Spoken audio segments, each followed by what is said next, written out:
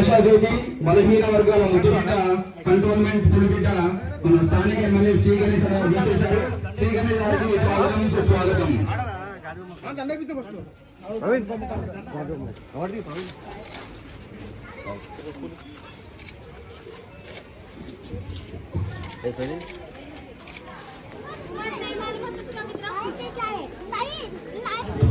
Mic mic నూతన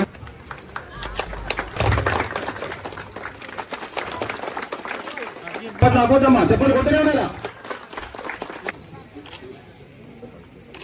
Shri Ganesh foundation గురించి మీకు తెలుసు. ప్రతి ఎండాకాలం నీళ్లు కావచ్చు, పుస్తకాలు కావచ్చు, మహిళా ట్రైనింగ్ సెంటర్లు కావచ్చు, క్రీడాకారులకు క్రీడల విషయం కావచ్చు, ఏ విషయమైనా కూడా అప్పటి నుంచి నాతోటి తోచినంత ఒక వ్యక్తిగా శ్రీ గణేష్ గా నేను సేవలు మీకు చేశాను.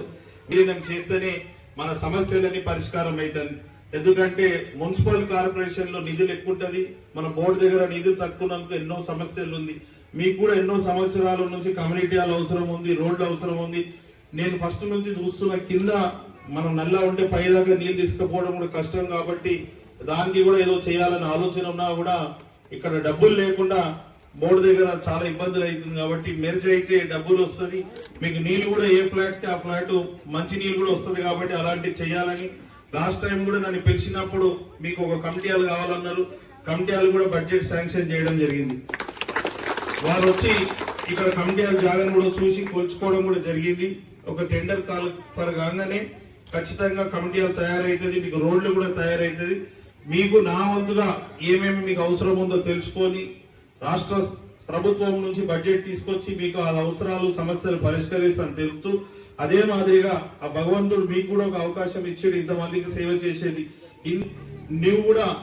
నువ్వు ఒక్కరిని కాదు, మీరందరు గొంతుగా ఈయన వచ్చి ఏం చెప్పినా కూడా మీరు చెప్పినట్టే నా దగ్గర ఖచ్చితంగా మీ ఏ సమస్యలు ఉన్నా కూడా ప్రవీణ్ చెప్తే, ప్రవీణ్ కమిటీ సభ్యులు ఎవరు చెప్పినా కూడా మీరందరు చెప్పినట్టు భావించి ప్రతి ఒక్క సమస్యని ప్రతి ఒక్క హంగర్ స్ట్రైక్ చేసి మీ నిరాహార దీక్ష చేసి మీ బోర్డుని మెర్జీ చేయాలని ఎందుకు డిమాండ్ చేస్తున్నా అంటే, మీకు కూడా ఒక కార్పొరేటర్ మీ ద్వారా గెలుపొందిన వాళ్ళు అయితే మీకు ఎన్నో పనులు అవుతుంది కార్పొరేషన్ లో. మీకు ఎలక్షన్లు లేక మీ సమస్యలు పట్టించుకోకుండా ఇక్కడిది గొంగడు అక్కడే ఉన్నట్టు ఉంది. కాబట్టి ఈ సమస్యలన్నీ పరిష్కారం కావాలంటే బోర్డుని మెర్జీ చేయాలి.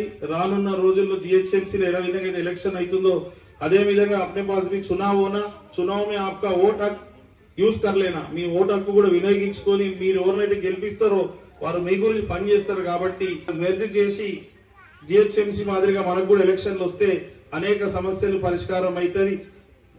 కార్పొరేషన్ లో నిధులు ఎక్కువ ఉంది కాబట్టి నిధులున్న కార్పొరేషన్ నుండి డెవలప్మెంట్ అవుతుంది.